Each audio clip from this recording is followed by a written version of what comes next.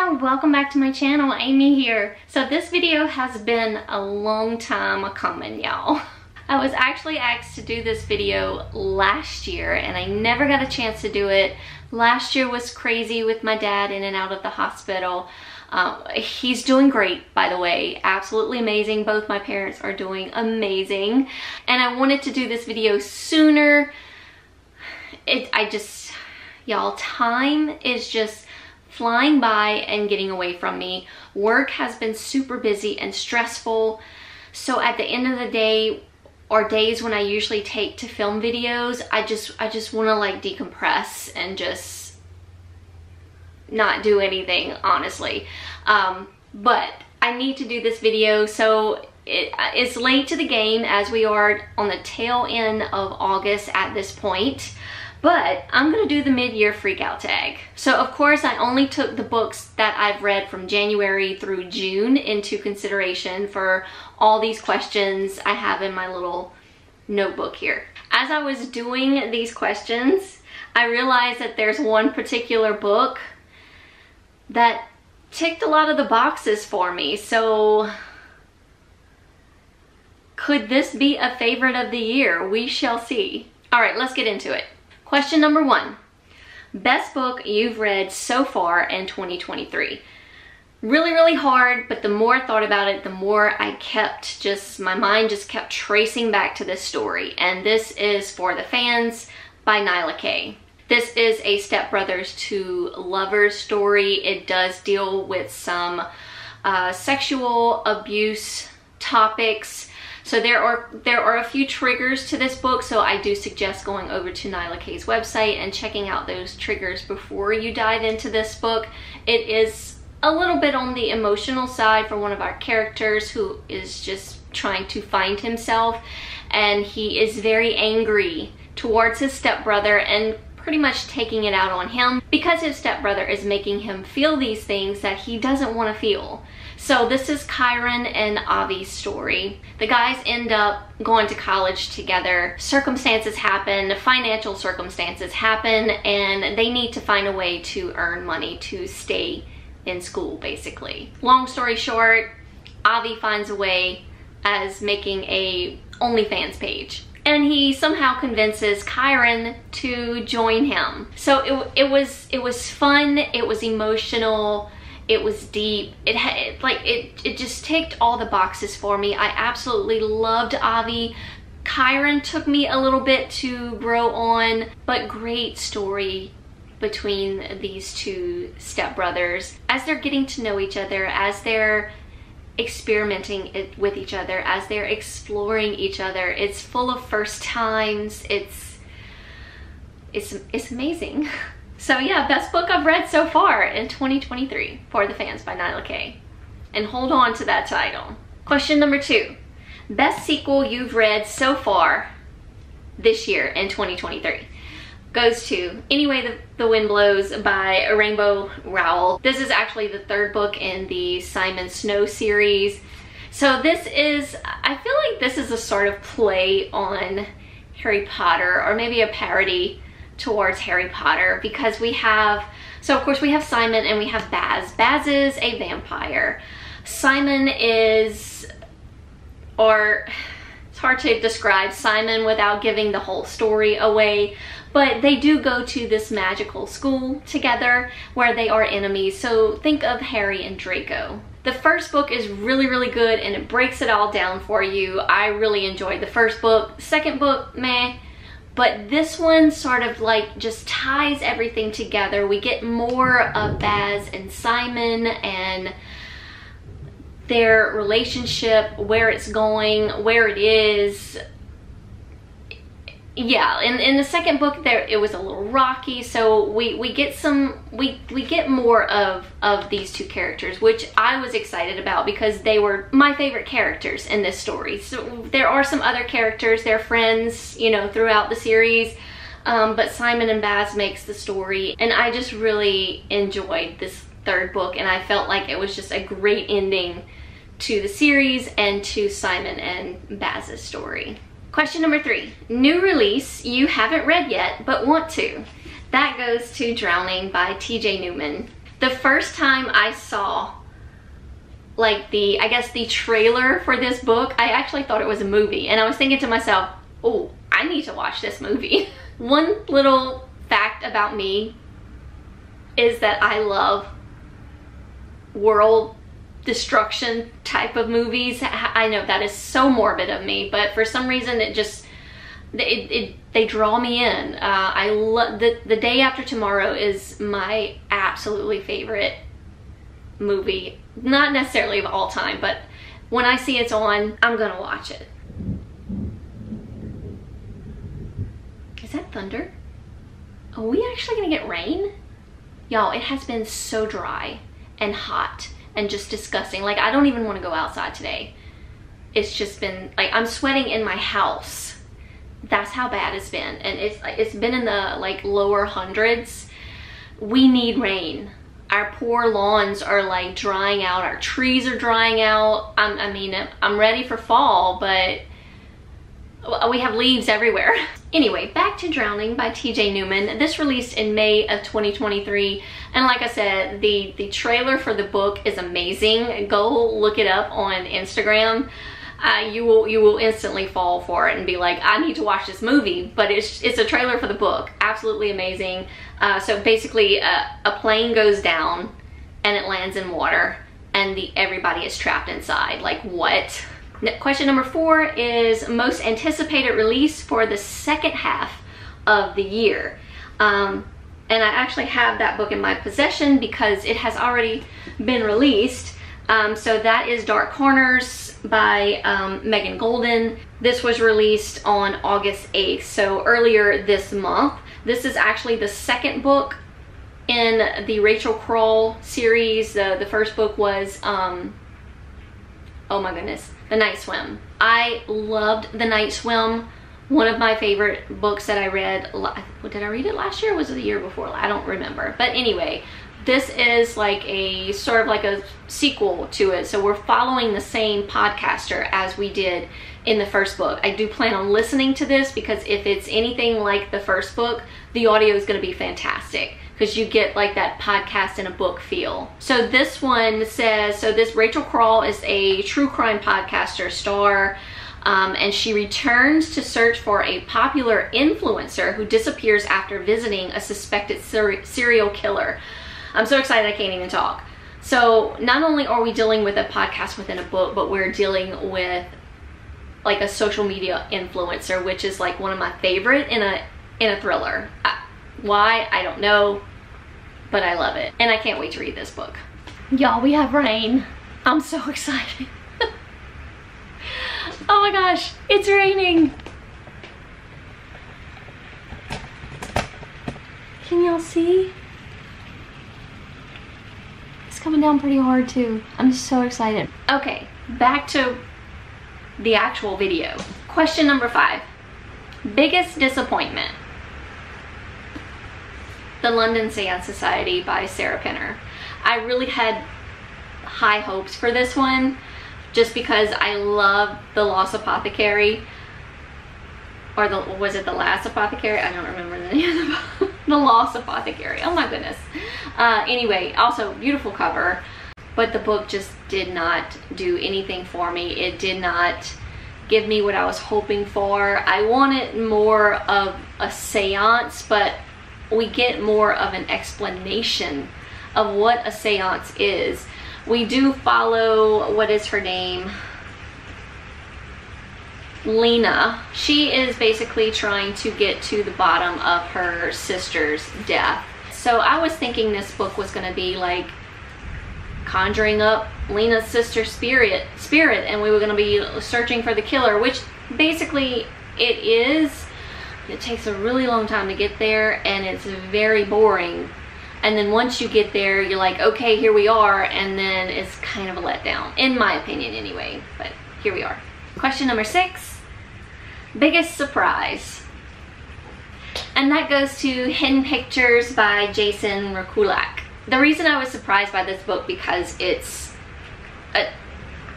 supposedly like a horror, but I really didn't find it horrifying. I guess in a certain way it is horror, but it's very, I find it was very on the lighter side of horror. We have a little bit of maybe some paranormal activity going on here. I really enjoyed it because it kind of had more aspects of what I really like in a thriller, where, like I said, we have like the paranormal aspect of it. We're following a very unreliable type of character who I grew to like really love, and she is hired by this family to take care of their son. There is an amazing twist at the end. Oh my gosh, it was just everything that I love in a thriller, but yet it's categorized as a horror. So I didn't think, going into it, I didn't really have high expectations, because I'm usually, when I pick up a horror, I'm just not a horror reader, I guess. Sometimes I like them, but most of the time I don't. But yeah, I was really impressed by this book, and it's probably my favorite thriller so far this year. Or horror, thriller, horror, I don't know. But the little boy is drawing like these creepy pictures, and the more he draws them, like almost they get like more of an artist is drawing them. And this little boy's pictures start out, you know, just like a little boy's pictures would, and then we have, you know, we have visual to go off on, and the pictures in the book kind of leads you through the story as to like what is going on, what happened. And then, man, that twist. Okay, question number 7 is favorite new author, debut or new to you. So I chose new to me because I had to pick Nyla Kay, because I absolutely loved For the Fans, and I want more of Nyla Kay. I want to read more of Nyla Kay. I have not yet. I plan on picking up her what is it called, Alabaster Penitentiary series. Is supposed to be really dark and like just messed up type of male romance. So just reading For the Fans, and just the chemistry between the characters and the spiciness of the sexy scenes, I can't wait to read more of that. Question number 8 is newest fictional crush. Once again, we're going to For the Fans by Nyla Kay, because Avi, I fell in love with Avi. He is such a sweet, caring type of character. Like, he doesn't care what you think of him or what anybody thinks. You know, he's open to the fact that he could be bisexual, or, you know, it doesn't scare him. He's like just gonna go out into the world and just be who he is, and he loves everybody, and he has just great friends. I want to be friends with Avi, and Kyron was making me so mad at some points in this book, and Avi was just like embracing him and just like, I want to help you, like, let me make things better. What did I do, or what can I do to make things better between us? And it did kind of give me Wrath vibes a little bit, but on different levels. But yeah, Avi is my crush. And then number 9, as it's gonna be the same answer. Newest favorite character is Avi from For the Fans by Nyla Kay. I can't help it. I love this book. Question number 10 is book that made you cry. I had to think on this one. I was like, what made me cry? Nothing really made me cry much. I might have shed a tear in For the Fans, but I know for sure My Policeman by Bethan Roberts. It really gets you in the heart. Like, I don't know if I was full on like boo-hooing, but tears were shed, just emotional, just like sad, like what these characters went through emotionally as well as physically. And because this takes place in a time where the gay community was looked upon as just a sin and something horrible, men were arrested and beaten on the streets just for being in love with the same sex. That is just so beyond, I can't even fathom. Like, why? We have criminals and murderers out there, and you're gonna arrest someone because he likes the same sex, or he loves another man, or he wants to be with another man? What? It just, you know, in my mind, it made no sense to me. Those were just, I'm glad we have grown, but we have a lot more growing to do when it comes to the gay community, our LGBTQ plus community. We still have a lot to grow on, even though we have come such a long way. But yeah, this book was really just sad all the way around, and I had feelings. My feelings were all over the place for this book. But it's a very good read. It's very emotional, and at some parts hard to read. This next question kind of stumped me, because I couldn't find a book that actually like made me like happy. I guess For the Fans made me happy, but here we are, question number 11, book that made you happy. I have to go with, y'all have books everywhere down here. I have to go with Beyond the Wand for Tom Felton. I laughed so much. I listened to this because Tom himself narrates his story. I'm not a non-fictional reader, but I'm a huge Potter fan, as we know. And listening to Tom tell his story of just him, not only him growing up and where he stood as an actor, but his time during Harry Potter. It was a big part of his life. So I was just entranced by this book. I loved every minute of it. I love that sound as well. That makes me happy. It just made me happy. Like I said, I found myself laughing throughout the book. Tom's an amazing narrator when it comes to telling his story. If you're a Harry Potter fan and you haven't picked up this book yet, you really should.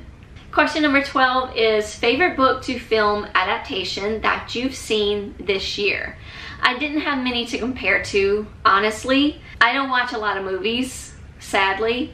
I mean, I do watch TV, I do watch shows, I do watch some movies here and there, but I'm not like a moviegoer like I used to be. I'll usually, whenever I can find time, if there's a movie like I really want to watch, like right now I still have not watched Red, White, and Royal Blue. What is wrong with me? Maybe I should do that after I film this while it's raining with some popcorn. That would be amazing. That makes me happy. Anyway, as I'm still holding this book, I did watch the movie adaptation for this book. Amazing. My opinion, the movie is so much better than the book, but they're great on their own as well. Like, the book was really good, but watching it on film, like you just get it more, and like you feel it more. The emotions are a lot more stronger, and you can definitely see how much Tom and Patrick loved each other. Like, when you see it on screen, because you don't get Tom's, one thing I was upset about this book, you don't get Tom's point of view. So it was hard to get how he was feeling in this book, because at some points you get really upset with Tom, and I wanted to know, like, what was he thinking? What are his thoughts? But when you watch the movie, and Harry Styles plays Tom, and he is amazing in this role. You can really see how Tom is feeling and what he's going through and the choices that he has to make and how hard it is for him. You can just like see it on his face and in the way his body moves and reacts on screen. It's amazing. Amazing. Okay, question number 13. We have two more, well, one more after this one.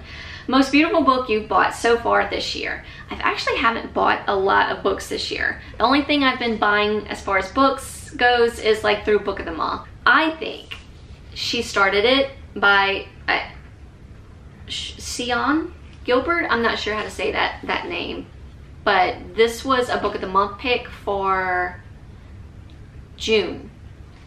I just think it's stunning. I haven't read it yet. Let me know in the comments if you've read this yet and if you enjoyed it. It definitely gives summer vibes, and I'm sad I didn't get to it for the summer. I still kind of plan on reading it this year, so we'll probably be getting to it soon. But I just think it's stunning. Look at the colors of the pink and the orange and the black, and it just melds together and just has like this great tropical vibe. I don't know, I think it's beautiful. I look at this book and I'm like, wow, that's just stunning. And the last question is, what books do you need to read by the end of the year? Y'all, so many. Not only this one, but I have quite a few that I have been anticipating, and they must get read before the end of this year. So we'll start off with Lisa Jewell's None of This Is True. This also has a podcast sort of vibe to it. It says, when a famous podcaster interviews a stranger promising to divulge the story of a lifetime, secrets emerge that threaten to expose the truth of the lives they both worked hard to project and protect. So yeah, I honestly don't know what this is about. It has a pretty long synopsis that I don't really want to dive into, because I kind of want to go into this not really knowing what to expect. But we're following a podcaster, it seems, but I don't think this is going to be a podcast and a book. I don't know. I could be wrong. I could be wrong, but this is definitely an anticipated, or a most anticipated book for this year that I do want to get to before the end of the year. As well as, of course, The Only One Left by Riley Sager. Nothing's really done it for me since probably Home Before Dark, but I have high hopes for this one. This was also a Book of the Month pick. I don't remember what month it was. It was very recently. Anyway, I think it was an add-on. It wasn't a pick, it was an add-on. This one says, a deliciously twisty and addictive gothic chiller about a young caregiver assigned to work for a woman accused of a Lizzie Borden-like massacre decades earlier. You know, I've never read the synopsis to this. I only have it because Riley Sager. But I have been hearing a few good things about it, so I'm anticipating it. Let me know in the comments if you read it yet, if you read this one yet. No spoilers, just let me know how you feel. Yes, no, maybe. But yeah, I cannot wait to get to this one. And it looks like it takes place in 1983. There was a murder that took place in 1929. I'm just gonna jump into it. Of course, Dark Corners by Megan Golden. I mentioned this book earlier. This is the sequel to The Night Swim. Super excited about it. Hopefully it's another good podcast and a book. I will be listening to this one, and I will get to it before the end of the year. Also, The Drowning by TJ Newman, just because a plane going down in an ocean with all its passengers trapped inside. Yes. And lastly, another anticipated read for this year is The Trap by Catherine Ryan Howard. Oh my goodness, I can't get my words out. But what is this cover? I absolutely love it. It's so creepy. Once again, I don't know too much about what this book is about, but it says an unsettling mystery inspired by a series of still unsolved disappearances in Ireland in the 90s, wherein one young woman risks everything to catch a faceless killer. Okay, yeah, I remember listening to an interview with Catherine Ryan Howard, and she did say that this is sort of based on true disappearances in Ireland that are still unsolved. So that just really intrigued me, and I'm like, this is going on my most anticipated list, and it will get read before the end of the year. All right, y'all, that's it. That's the mid-year freak out tag for me. I hope you enjoyed it. Let me know in the comments if any of these books you feel the same about. I'm gonna go sit back and enjoy this lovely rainy weather we are having. But I hope you're all doing well out there. Thank y'all so much for watching as always. Hugs from me all around, and I'll see y'all very soon in a new video. Bye y'all.